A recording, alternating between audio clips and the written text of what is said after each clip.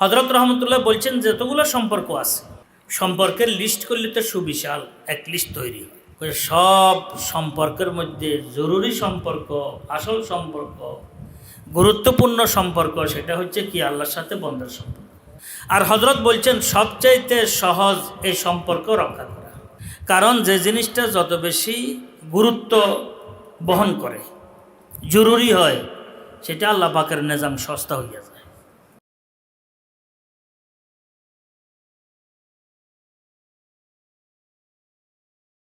আলহামদুলিল্লাহ আহলিহি ওয়াসসালাতু আলা আহলিহা আম্মা বাদ।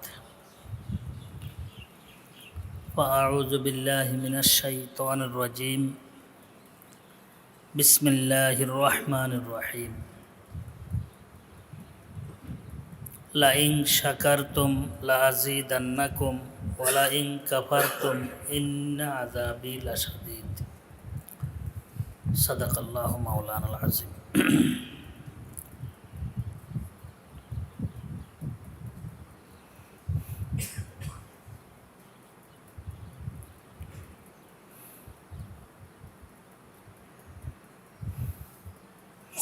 দীর্ঘ প্রায় 4-5 মাস হইতেছে মনে হয় বয়ান হচ্ছে না। সময় কিভাবে চলে গেছে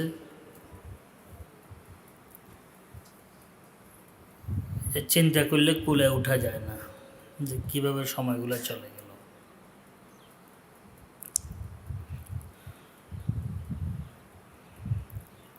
বয়ানের সময় যায় নাই, আমাদের হায়াত থেকে এগুলো কমে গেছে।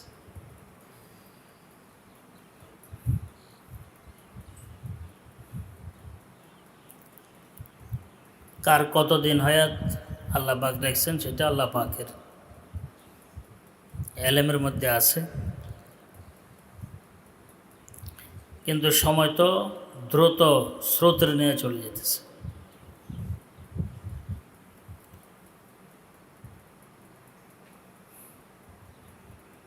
দুনিয়ার মধ্যে সবচাইতে বেশি দামি আমাদের হায়াতের মুহূর্তগুলো,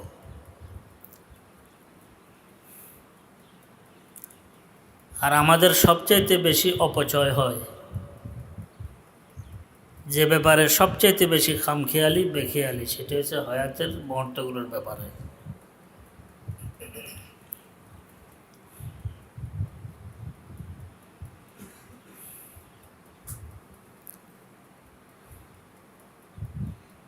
অথচ আজকে যে সময় আমাদের অতিবাহিত হয়ে গেল সেটা দ্বিতীয়বার আমাদের সামনে আসবে না। হায়াতের মুহূর্তগুলো আল্লাহ পাক কেন দান করছেন?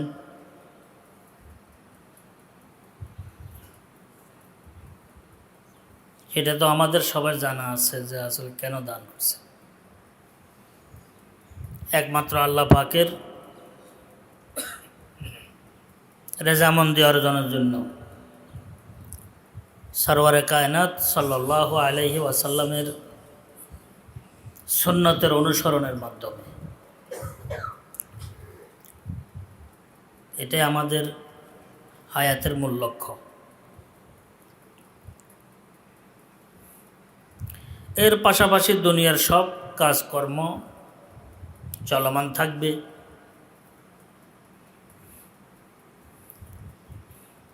এগুলার পরিচালনা আমাদের করতে হবে, কিন্তু মূল বিষয় হচ্ছে আল্লাহ পাকের রেজামন্দি অর্জন করা। এটা হচ্ছে মূল বিষয়।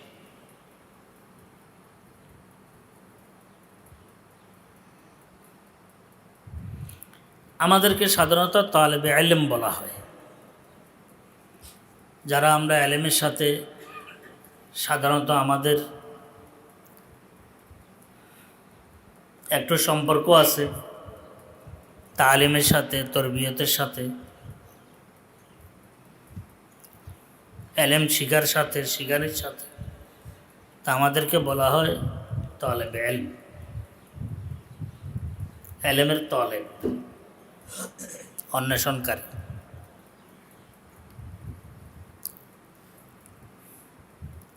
নিজেদেরকে একজন আলেম ভাবা এটা কিন্তু খুব কঠিন বিষয়, এটা সহজ বিষয় নয়।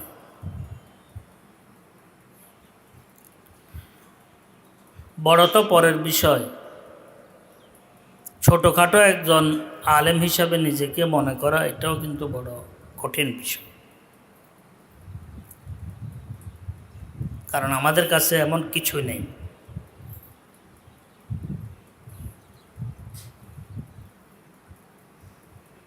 হাকিমুল উম্মাহ শাহ আশরাফ আলী থানভী রহমতুল্লাহ আলাই বয়ান করতেন,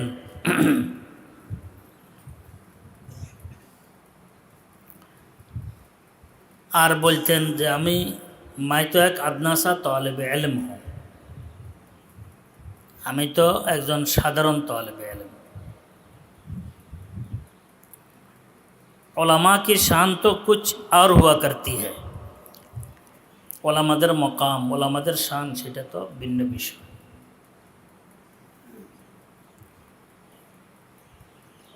বলার উদ্দেশ্য হচ্ছে আমরা নিজেদেরকে তালিব ইলম হিসাবে মনে করাটাও লজ্জাবোধ হয়।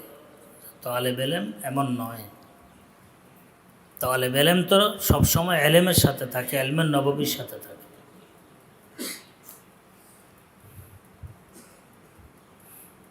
इल्म कुरान, इल्म হাদিস, इल्म ফিকহ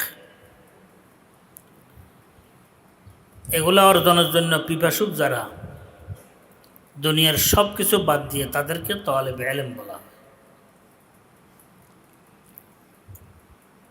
সব কিছু 2 নম্বরে, 3 নম্বরে, 5 নম্বরে, 10 নম্বরে রাখে, কিন্তু ইলম অর্জন করাটাকে 1 নম্বরে রাখে।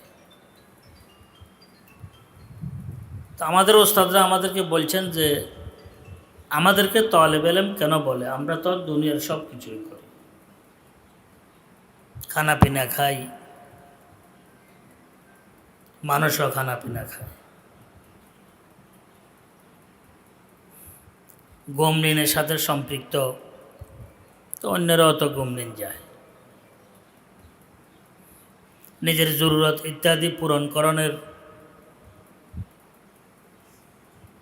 সাথে আমরা সম্পৃক্ত, তো অন্যদের মধ্যে তো এই সম্পৃক্ততা আছে জরুরত পূরণ করার। মা বাপ অন্যদেরও আছে, আমাদেরও আছে। নাস্তা পানি অন্যদেরও আছে, আমাদেরও আছে। তো দেখা যায় সব কিছু অন্যরা যাহা কিছু করে আমরাও তাই করি। তো অন্যদেরকে তালিব ইলম বলে না, আমাদেরকে তালিব ইলম কেন বলে? প্রশ্ন তো একটি জাগে। উত্তর দিচ্ছেন যে আমাদেরকে তালিব ইলম এই কারণে বলা হয় যে আমাদের খানা পিনা ইলম তলব করার জন্য, আমাদের ঘুম নিন ইলম অর্জনের জন্য,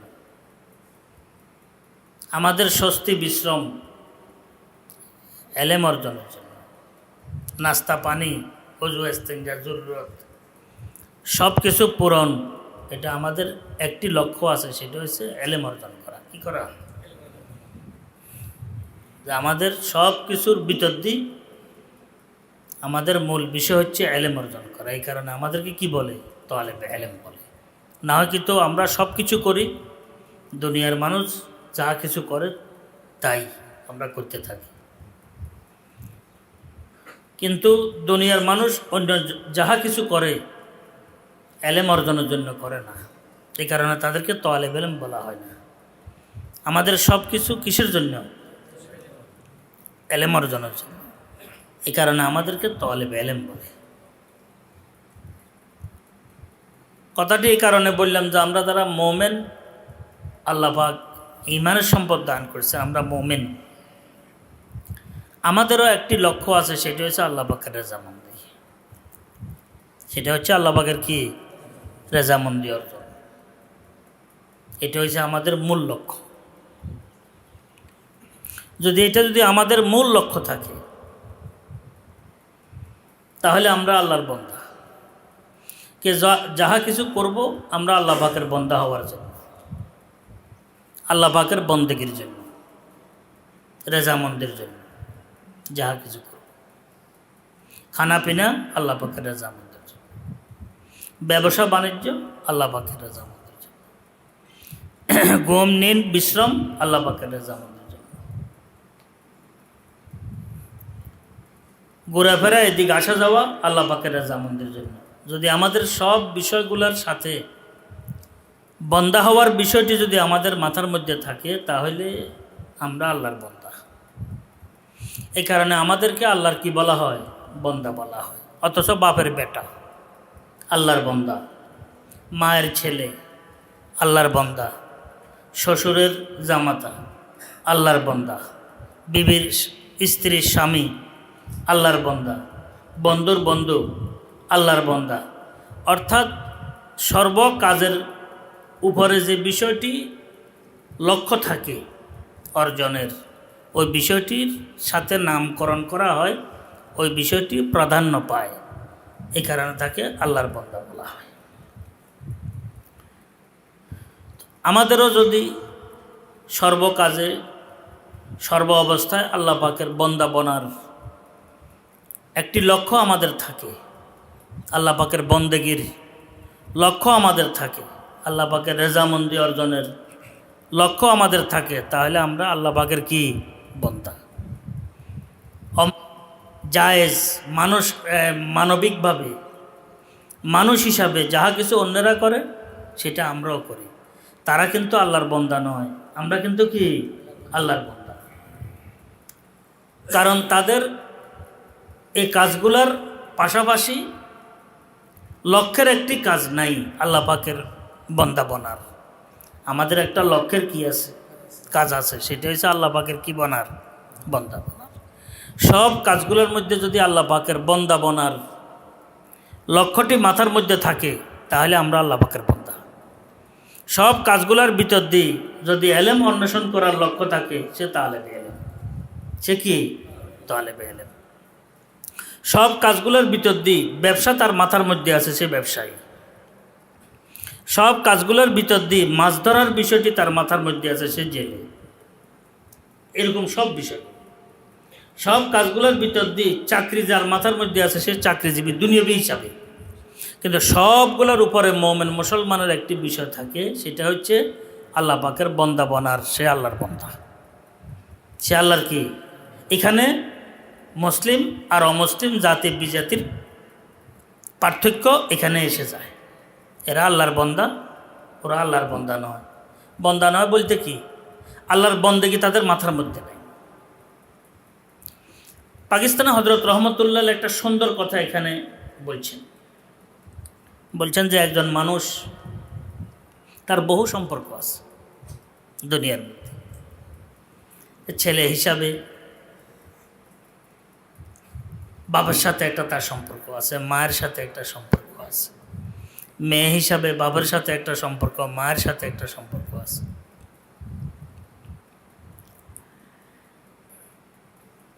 সে বড় হয়েছে, বিবাহ শাদী করছে, স্ত্রীর সাথে একটা তার সম্পর্ক আছে, শ্বশুরের সাথে একটা সম্পর্ক আছে। সম্পর্কগুলো তো বাড়তেছে, সম্পর্কের শেষ নেই। একজন মানুষের সম্পর্কের শেষ নেই, বহু সম্পর্ক।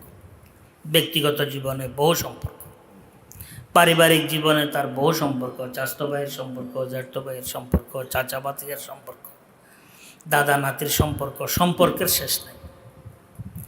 এরপরে যে কোনো কাজ থাকে, তার কাজের সাথে তার সম্পর্ক আছে। ব্যবসায়ীদের ব্যবসার সাথে সম্পর্ক, কর্মজীবী কর্মের সাথে সম্পর্ক, শ্রমজীবী শ্রমের সাথে সম্পর্ক। এইভাবে প্রত্যেকটা সে একটু ব্যবসা বাণিজ্যের সাথে সম্পৃক্ত থাকলে, চাকরি বাকরির সাথে সম্পৃক্ত থাকলে তার সম্পর্ক বাড়তে থাকে। এভাবে বন্ধু বান্ধবের সম্পর্ক আছে। বহু সময় দলীয় সম্পর্ক থাকে, দলের সদস্য, অমুক দলের সদস্য, অমুক মতের সদস্য আছে না জি, বহু রকমের সম্পর্কের কোনো শেষ নেই। বহু সময় সে যদি আরেকটু বড় হয়, তো রাষ্ট্রীয় পর্যায়েরও বহু সম্পর্ক থাকে। রাষ্ট্রের কোনো একটা পদবি তার মধ্যে এসে গেলে সম্পর্ক তার মধ্যে বাড়তে থাকে। বহু সময় আন্তর্জাতিক পর্যায়েরও তার কাছে কি থাকে? তার সাথে সম্পর্ক থাকে বহু রকমের। তাহলে একজন মানুষের সম্পর্ক সে ব্যক্তিগত জীবন নিয়ে, পারিবারিক, সামাজিক, প্রাতিষ্ঠানিক, রাষ্ট্রীয়, আন্তর্জাতিক পর্যায়ের বহু রকমের সম্পর্কে ঘেরা একজন মানুষ। কিন্তু সব কিছু সত্ত্বেও আরেকটা সম্পর্ক ওই ব্যক্তির আল্লাহর সাথে আছে, খালেকের সাথে আছে। সে আল্লাহর বান্দা, খালেকের মাখলুক, তার একটা সম্পর্ক আল্লাহর সাথে আছে, মনিবের সাথে আছে। আল্লাহ মালিক, সে মামলুক, সে বান্দা। হযরত রহমতুল্লাহ বলছেন, সব সম্পর্কগুলো যদি আল্লাহর সম্পর্কের জন্য কোরবান করতে পারি, সে আমি আব্দুল্লাহ, আমি আল্লাহর বান্দা। সব সম্পর্কগুলো সব কে দান করছেন? আল্লাহ। জাআলনাকুম শুউবান ওয়া কাবাইলা লিতাআরাফু। সব সম্পর্কগুলো যদি আল্লাহ পাকের বান্দা হওয়ার জন্য ব্যবহার করি, তো আমি আল্লাহর বান্দা। সে বহু কিছু হওয়া সত্ত্বেও সে কি হয়ে যাবে? আল্লাহর বান্দা, আল্লাহর বান্দা হয়ে যাবে। আর বলছেন, সব সম্পর্কগুলোর উপরে এবং সব সম্পর্কগুলোকে একমাত্র আল্লাহ পাকের সম্পর্কের জন্য আমরা কি করি? ব্যবহার করতে থাকি। তাহলে আমরা আল্লাহ পাকের বান্দা হইতে পারব। একটা সম্পর্ককে যদি ধরে রাখতে পারি, একজন মানুষ তো আসলে সব সম্পর্কগুলোকে ধরে রাখা, সঠিকভাবে এগুলা পূরণ করা, পালন করা, সবার মনোরঞ্জন অর্জন করা কিন্তু বড় কঠিন বিষয়। এটা সহজ নয়। কিন্তু আল্লাহ পাকের সম্পর্কটা রক্ষা করা, এটা পূরণ করা, ধারণ করা, রেজামন্দি অর্জন করা সবচাইতে সহজ বিষয়। স্ত্রী রাজি হবে না যতক্ষণ পর্যন্ত তার চাহিদা পূরণ না হয়, কাপড় চোপড়, আসবাবপত্র নিয়ে। আব্বা সন্তানের উপরে, ছেলের উপরে খুশি হয় না যতক্ষণ পর্যন্ত বাপকে পুরো খুশি করা না হয়, বাপের স্বার্থ উদ্ধার না হয়। বন্ধুদের রাজি করতে পারে না যতক্ষণ পর্যন্ত বন্ধুত্বের হক আদায় না করে। নেতা রাজি হয় না, নেতৃত্বাধীন যারা আছে ততক্ষণ পর্যন্ত নাকি নেতৃত্বাধীন যে আছে সে নেতার কি কথা মতো না চলে, রাজি হয় না। এর পাওনা তোমাকে দিতে হবে। কিন্তু একমাত্র আহকামুল হাকিমিন একেবারে সহজে, সংক্ষেপে, নিঃস্বার্থভাবে আল্লাহ পাক রাজি হয়ে যান। আল্লাহ পাক কি হয়ে যান? রাজি হয়ে যান।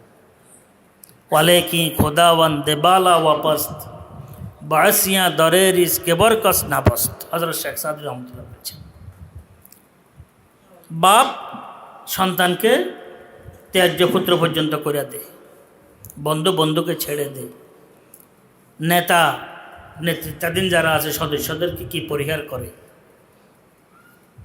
কিন্তু আহকামুল হাকিমিন রব্বুল আলামিন কখনো আল্লাহ পাকের নাফরমানির কারণে এক লোকমা ভাতও কম করেন নাই, খানাও কম দেন নাই। হযরত শেখ সাদি রহমতুল্লাহ বলছেন, যা ইচ্ছা তা, যখন ইচ্ছা তখন, যেভাবে ইচ্ছা সেভাবে আল্লাহ পাক একটু এরাদা ইচ্ছে করলে হইয়া যায়। কিন্তু এরপরেও আল্লাহ পাক বড় ধৈর্যশীল। হযরত রহমতুল্লাহ বলছেন, যতগুলো সম্পর্ক আছে, সম্পর্কের লিস্ট করলে তো সুবিশাল এক লিস্ট তৈরি হয়। সব সম্পর্কের মধ্যে জরুরি সম্পর্ক, আসল সম্পর্ক, গুরুত্বপূর্ণ সম্পর্ক সেটা হচ্ছে কি? আল্লাহর সাথে বান্দার সম্পর্ক। আল্লাহর সাথে কার সম্পর্ক? বান্দার সম্পর্ক। আর হযরত বলছেন সবচাইতে সহজ এই সম্পর্ক রক্ষা করা, সবচাইতে কি সহজ। কারণ যে জিনিসটা যত বেশি গুরুত্ব বহন করে, জরুরি হয়, সেটা আল্লাহ পাকের নিজাম সস্তা হইয়া যায়। সেটা সস্তা। যেটা যত বেশি জরুরি, যত বেশি দরকারি, যেটা ছাড়া চলা যায় না, সেটা সস্তা। আর যেটা জরুরি নয়, শুধু রঙের জন্য, তারপরে নিজের এই সাজ সজ্জার জন্য এমন জরুরি কিচ্ছু নয়, সেটা কিন্তু তত বেশি কি হয়, মহঙ্গা হইয়া যায়। তো হযরত রহমতুল্লাহ বলছেন আল্লাহ পাকের সাথে বন্দার সম্পর্ক এটা সবচাইতে জরুরি, এই কারণে এটা সবচাইতে কি সহজ। যা কিছু হয়ে গেছে, বন্দা যদি বলে মাওলা আমি গুনাহগার, আমারে ক্ষমা করে দিও, মুহূর্তের মধ্যে 120 বছরের কোনো নাফরমান মুশরিক, গায়রুল্লাহ পূজারী, সে যদি আল্লাহ পাকের দরবারে শুধু তওবা করে, একটু কালেমা তয়্যিবাটা কি মনের মধ্যে বসায়, বলছে তাকে আল্লাহ পাক সব গুণে 120 বছরের নাপাক মুহূর্তের মধ্যে আল্লাহ পাক পরিষ্কার করে।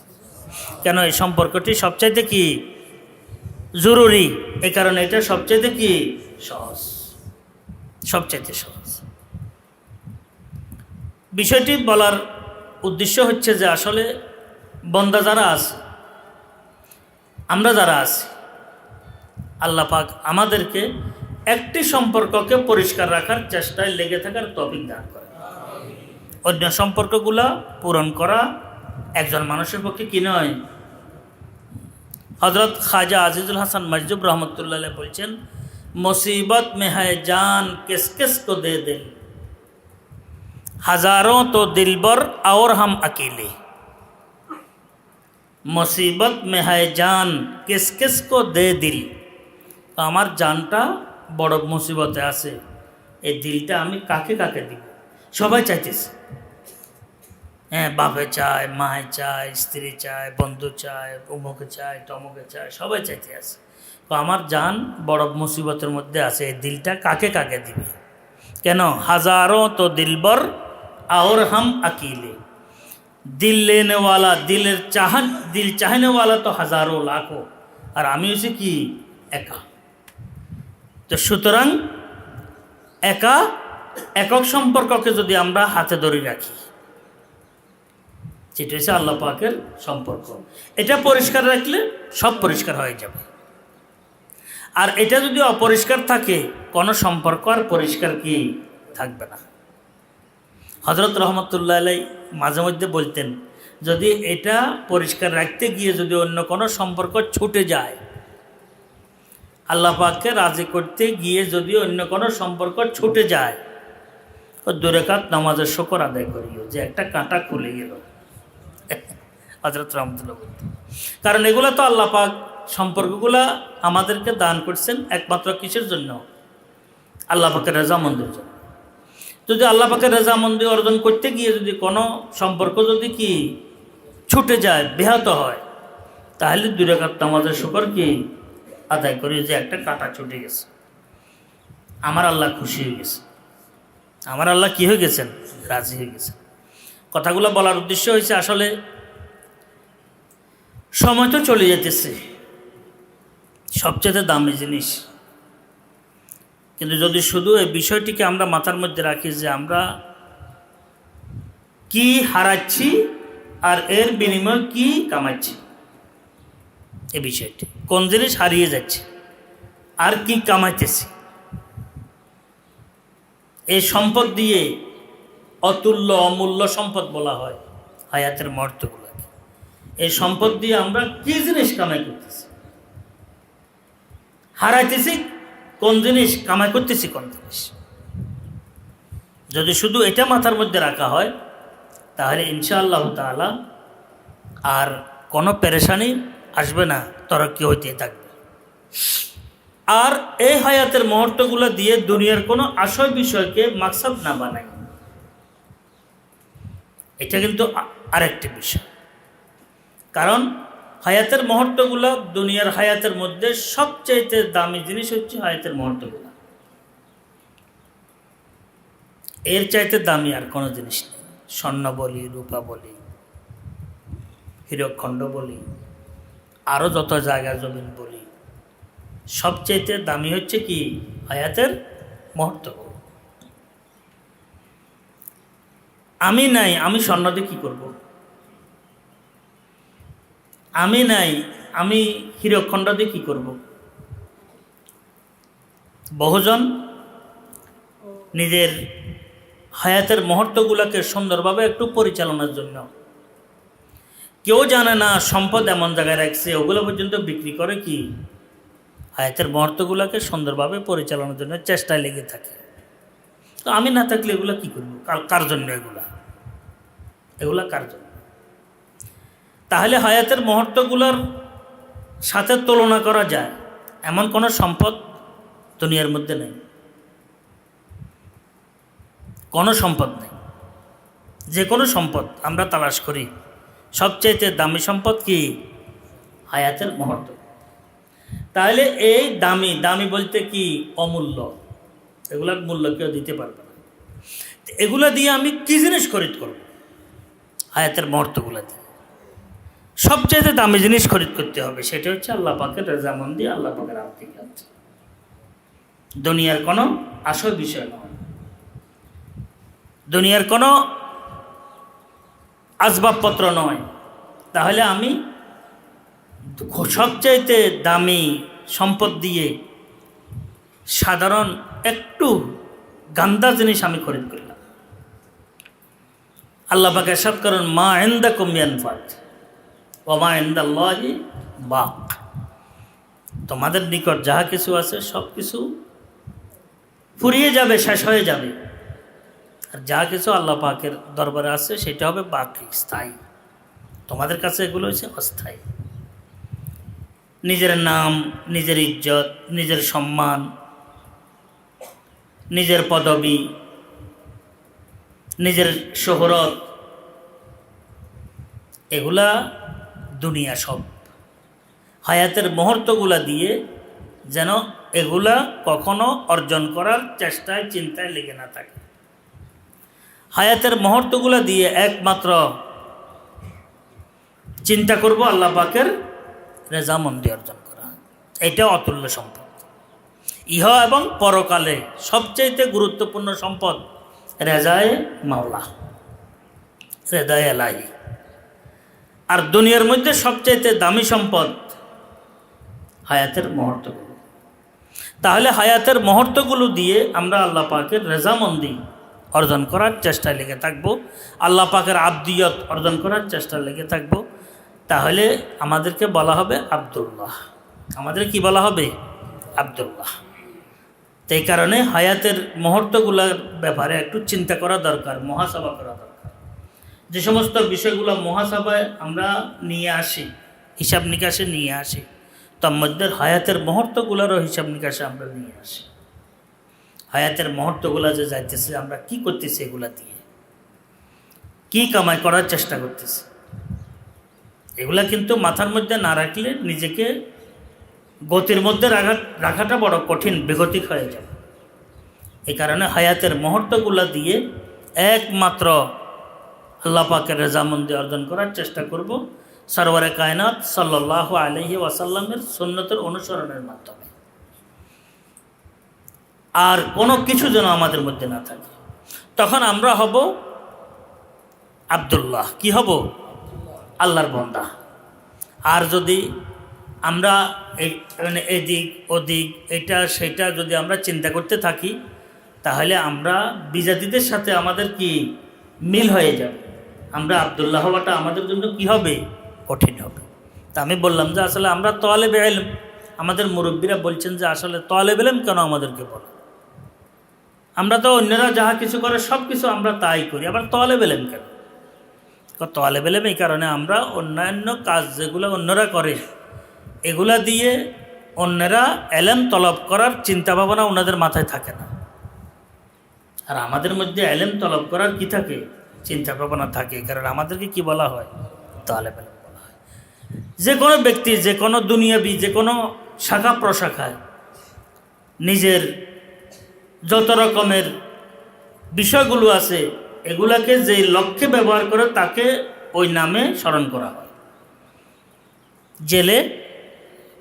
জেলে কি জেলে মাছ ধরে যারা, তাকে কেন এটা মাছ ধরে? এই তো সব কিছু যা অন্যরা করে হেও তাই করে। তার মাথার মধ্যে সবসময় একটা কি থাকে? মাছ ধরার বিষয়টি মাথার মধ্যে থাকে। ব্যবসায়ী সবসময় তার ব্যবসার বিষয়টি মাথার মধ্যে থাকে, তাকে ব্যবসায়ী বলা হয়। তো এইভাবে দুনিয়ার যে কোনো ব্যক্তি যেটা তার মাথার মধ্যে থাকে, অন্য কাজগুলো অন্যরাও করে, সেও করে, কিন্তু ওইটার নামে সে তার নামকরণ করা হয়। তো আমরাও তালেব ইলম, সব কাজগুলো অন্যরা করে, আমরাও করি, কিন্তু আমাদের মাথার মধ্যে তলবে ইলম, এই কারণে আমাদেরকে তালেব ইলম বলা হয়। এই কথাগুলো বোঝানোর জন্য বললাম। আসল বিষয় হচ্ছে অন্যরা সব কাজ করে, আমরাও সব কাজ করি, কিন্তু আমরা আমাদের মাথার মধ্যে আল্লাহ পাকের রেজামন্দির বিষয়টি থাকে, সেই হিসেবে আমাদেরকে আল্লাহর বান্দা বলা হয়। কি বলা হয়? আল্লাহর বান্দা বলা হয়।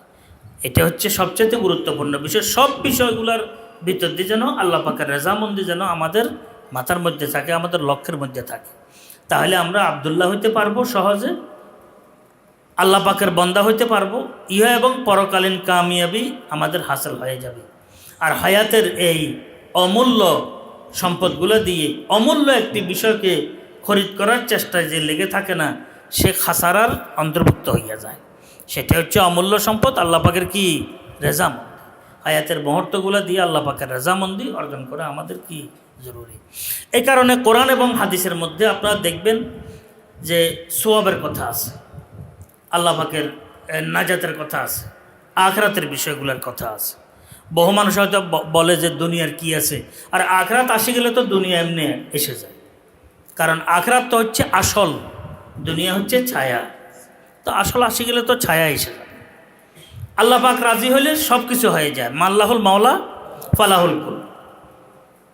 এই কারণে সোয়াবের কথা বেশি বেশি পাওয়া যায়, কারণ হায়াতের মুহূর্তগুলো খুব দামি, আর আখরাতের মধ্যে সবচেয়ে দামি যে সম্পদ সেটা হচ্ছে সোয়াব। সেটা হচ্ছে কি? সোয়াব। এই কারণে আমলের বিনিময় সোয়াবের বিষয়, মুসলমানদের জন্য সোয়াবের বিষয়, আখরাতের বিষয়, আখরাতের কামিয়াবির বিষয়, আল্লাহ পাকের রেজামন্দির বিষয়টি আলোচনার মধ্যে সবচেয়ে কোরআন এবং হাদিসের মধ্যে এসেছে। এখানে তার বিষয় একটা প্রশ্নের উত্তরও এসে গেল। তো আখরাতের কামিয়াবি সোয়াবের মাধ্যমে, আল্লাহ পাকের রেজামন্দির মাধ্যমে, হুজুর আকরাম সাল্লাল্লাহু আলাইহি ওয়াসাল্লামের সুপারিশের মাধ্যমে, এগুলা প্রত্যেকটা আমলের সাথে এগুলা দেখা যায়। দুনিয়ার কথা তো নাই। এই কারণে দুনিয়া আসলে আখরাতের কামিয়াবির সামনে একটা মাছি আছে না, মাছির পাখার সমতুল্য না, কিছুই না। দুনিয়ার মধ্যে এমন কিছুই থাকে না, দুনিয়া কিছু না। কোথায় গেল ফেরাউন, কোথায় কারুন, কোথায় নমরুদ, কোথায় সাদ্দাত, কোথায় হামান, আবু জাহাল, আবু লাহাব, উতবা, সাইবা, এই দল তো কিয়ামত পর্যন্তই থাকবে। এই দলের সদস্য মহোদয় থাকবে না? অবশ্যই থাকবে, কিন্তু এদের বিনিময় কিছুই নেই, নাপাক ছাড়া কিছুই নেই। এই কারণে হায়াতের মুহূর্তগুলা আমরা খরচ করব, কাজ করব, আমরা যে চিন্তা করব দুনিয়ার কোনো মোহে কোনো এগুলো খরচ হচ্ছে কিনা। খরচ হবে একমাত্র কিসের জন্য? আল্লাহ পাকের রেজামন্দির জন্য।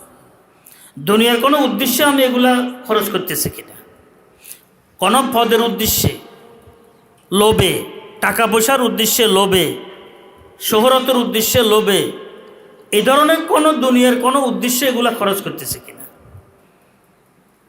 যদি এগুলা দুনিয়াবি কোনো উদ্দেশ্য অর্জনের পিছনে যদি আমি খরচ করি, তা আমি আব্দুল্লাহ হইতে পারবো না, আল্লাহর বান্দা হইতে পারবো না। সবগুলো আমাদের একমাত্র আল্লাহ পাকের কি রেজামন্দির জন্য, আর সেটা অর্জন হবে সরওয়ারে কায়নাত সাল্লাল্লাহু আলাইহি ওয়াসাল্লাম সুন্নতের অনুসরণের। তো বলতেছিলাম আসলে লম্বা সময় কথাবার্তা হয় নাই, কিন্তু সময় তো চলে গেছে। কিন্তু কথাবার্তার সময় যায় নাই, আমাদের হায়াতের বিশাল একটি অংশ চলে গেছে। হায়াতের বিশাল একটি কি অংশ চলে গেছে। আল্লাহ পাক আমাকে, আমাদেরকে, সবাইকে হায়াতের মুহূর্তগুলোর কদর করার, মূল্যায়ন করার তৌফিক দান করেন। এগুলাকে একমাত্র আল্লাহ পাকের রেজামন্দি অর্জনের জন্য চেষ্টায় লেগে থাকার, এগুলা কি খরচ করার তৌফিক আল্লাহ পাক আমাদেরকে দান, যেন আমরা আব্দুল্লাহ হতে পারি। কি হইতে পারি? এক সাহাবীর ঘটনা স্মরণে পড়ছে। উনি জিহাদে গেছে, বলতেছেন আল্লাহ আমার যেন সব কিছু খণ্ডিত খণ্ডিত হইয়া যায়, টুকরো টুকরো হইয়া যায়। তোমার রাস্তা, আমি জিহাদে আসছি, আমার প্রত্যেকটি অঙ্গ প্রত্যঙ্গ যেন ছিন্ন বিচ্ছিন্ন হইয়া যায়।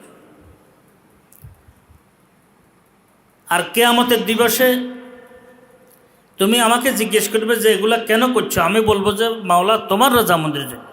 আর তুমি বললে যে হ্যাঁ একমাত্র আমার জন্য তুমি করছো। এই ধরনের রেওয়ায়ত একটা আছে, তালাশ করলে পাওয়া যাবে। তুমি একমাত্র আমার জন্য করছো। আমরাও যেন দুনিয়ার সব কাজ কর্মগুলো আমরা সম্পাদন করব, যে যে কোনো কাজে আছে। কেউ কেউ 3, 4, 5, 7 কাজের সাথে সম্পৃক্ত আছে। আর সম্পর্কের তো কোনো শেষ নেই, কিন্তু সবগুলা ব্যয় করবো একমাত্র কিসের জন্য? একটি মাত্র আয়ের জন্য, সেটা হচ্ছে আল্লাহ পাকের রাজামন্দি, আল্লাহ পাকের বন্দা হওয়ার জন্য, সরওয়ারে কায়নাত সাল্লাল্লাহু আলাইহি ওয়াসাল্লামের সুন্নতের অনুসরণের মাধ্যমে। যেন কিয়ামতের দিবসে হায়াত কোথায় খরচ করছো, প্রশ্ন একটা তো আসবে না? আমি বলবো যে মাওলাই করিম তোমার রেজামন্দি অর্জনে আমি খরচ করছি। আর তুমি বলবে যে আমার বন্দা তুই সাদাক্তা, তুই সত্যবাদী, সত্যই বলছ, আমার জন্য তুই চেষ্টায় লেগেছি। দুর্বলতা আল্লাহ পাক ক্ষমা করবেন, আল্লাহ পাক মেহেরবান, আল্লাহ পাক দয়ালু। এই কারণে সর্বাবস্থায় নিজের মহাসভার মধ্যে হায়াতের মুহূর্তগুলোকে আনা দরকার। হায়াতের মুহূর্তগুলো কোন কাজে খরচ হয়, শোয়ার সময় একটু চিন্তা করা দরকার যে 24 ঘন্টা চলে গেল গতকাল হইতে আজকে পর্যন্ত আমি কি করছি, করণীয় কি করছি, বর্জনীয় কি করছি, কোন রাস্তায় সময়গুলোকে আমি খরচ করলাম। তো দেখবেন ধীরে ধীরে আল্লাহর রহমতে কালো পতাকা চলে যাবে, সাদা দবদবে পতাকা উড্ডীন হইতে থাকবে ইনশাআল্লাহ তাআলা। দিল দবদবে সাদা হইতে থাকবে। কিন্তু লাগাতার একটু মহাসভায় এই সমস্ত বিষয়টিকে কি দরকার? আনা দরকার। আল্লাহ পাক সবাইকে তৌফিক দান করেন। ওয়ালা হাওলা ওয়ালা কুওয়াতা ইল্লা বিল্লাহ।